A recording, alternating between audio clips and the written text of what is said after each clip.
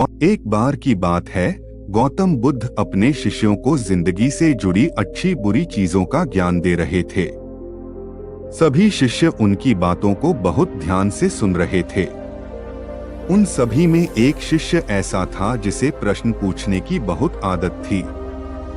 वो उठकर गौतम बुद्ध के पास गया और उनसे बोला, आप हमें जिंदगी के बारे में जो कुछ सिखा रहे हैं उस सब का क्या फायदा, क्योंकि हम में से बहुत से बच्चों को ये भी नहीं पता कि हमारे जीवन का मूल्य क्या है और ये जीवन हमारे लिए कितना कीमती है। पहले आप हमें ये बताइए कि इस जीवन का मूल्य क्या है। अपने शिष्य की बात सुनकर गौतम बुद्ध अपने कक्ष में गए और एक चमकता हुआ पत्थर का टुकड़ा लेकर आए। वो टुकड़ा उन्होंने अपने शिष्य को दिया और बोले, मैं तुम्हें इस जीवन का मूल्य तब बताऊंगा जब तुम इस पत्थर का सही मूल्य पता लगाकर आओगे। साथ ही ये ध्यान रखना कि तुम्हें ये पत्थर का टुकड़ा किसी को बेचना नहीं है। गौतम बुद्ध की बात मानकर वो शिष्य बाजार की तरफ चला गया। बाजार में सबसे पहले उसकी नजर एक फल बेचने वाले पर पड़ी और उसने वो पत्थर उस फल वाले को दिखाया और बोला, इस पत्थर के बदले आप मुझे कितने फल दे सकते हो। फल वाला बोला, ये पत्थर कुछ खास तो नहीं है, लेकिन फिर भी इसके बदले में तुम्हें 10 केले दे सकता हूँ। वो शिष्य उस पत्थर को लेकर आगे चला गया। फिर उसे एक सब्जी वाला मिला। शिष्य ने उस सब्जी वाले से उस पत्थर की कीमत पूछी। सब्जी वाले ने उस पत्थर को ध्यान से देखा और बोला, इस पत्थर की कीमत के बदले में तुम्हें ज्यादा से ज्यादा एक बोरी भरकर सब्जियां दे सकता हूँ। इसके बाद वो शिष्य उस पत्थर को लेकर एक सोने के व्यापारी के पास गया। उस पत्थर की टुकड़े की चमक देखते ही उस सुनार ने उसकी कीमत 100 सोने के सिक्के लगाई।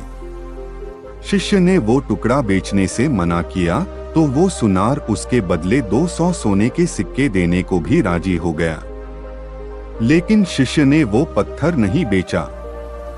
इसके बाद वो शिष्य एक हीरों के व्यापारी के पास गया और उनके सामने उसने वो पत्थर के टुकड़े को रख दिया। उस पत्थर को देखते ही हीरों के व्यापारी ने एक साफ कपड़ा बिछाया, उस पत्थर को उसके ऊपर रखा, फिर उसकी परिक्रमा की और हाथ जोड़कर उस पत्थर को कपड़े में लपेटते हुए वो बोला, तुम जिसे मामूली पत्थर समझकर उसकी कीमत पूछ रहे हो, असल में ये एक बेशकीमती हीरा है। ऐसा हीरा हर किसी को नहीं मिलता। मैं अगर अपना सब कुछ बेच भी दूं तो भी इसकी कीमत नहीं चुका सकता। उस व्यापारी की बातें सुनकर वो शिष्य हैरान हो गया। वो दौड़ा दौड़ा सीधा बुद्ध के पास आया और उन्हें उसने जो कुछ भी बाजार में हुआ वो सब बताया। उसकी अचरज भरी बातें सुनकर गौतम बुद्ध बोले, तुम्हारे सवाल का जवाब इस हीरा की कीमत में ही छिपा है। हमारा जीवन भी एक हीरा है, हीरे की तरह ये भी बेशकीमती है, लेकिन हम इस बात को हमेशा नजरअंदाज करते हैं और अपने जीवन का मूल्य नहीं समझते। हम दूसरों को देखकर और उनके जैसा जीवन जीने की कोशिश में अपने जीवन की कीमत को कम कर देते हैं। हम ये सोचते हैं कि हमारी जिंदगी की कीमत वही है जो दूसरे हमें बताते हैं, लेकिन ये बात हमेशा ध्यान रखना कि सामने वाला अपनी हैसियत, बुद्धि और अपनी समझ के हिसाब से तुम्हारी कीमत लगाता है। जिंदगी सिर्फ एक बार मिलती है, इसलिए इसको बर्बाद ना करें। अपनी जिंदगी को उतना ही कीमती समझें जितना कीमती आप अपने बैंक में रखे रुपयों को समझते हैं। आज के समय में लोग अपनी जिंदगी से ज्यादा कीमती प्यार, पैसों और दिखावे से भरी चीजों को समझते हैं। प्यार के चक्कर में लोग सुसाइड कर लेते हैं। पैसों के चक्कर में ऐसा काम करने लग जाते हैं जिससे उनकी जिंदगी बर्बाद हो जाती है। नाम कमाने के चक्कर में उल्टे सीधे काम करने लग जाते हैं। हमेशा याद रखें कि दिखावा करना जरूरी नहीं है। प्यार दोबारा मिल सकता है, पैसा फिर कमाया जा सकता है, लेकिन जिंदगी को फिर से पाया नहीं जा सकता।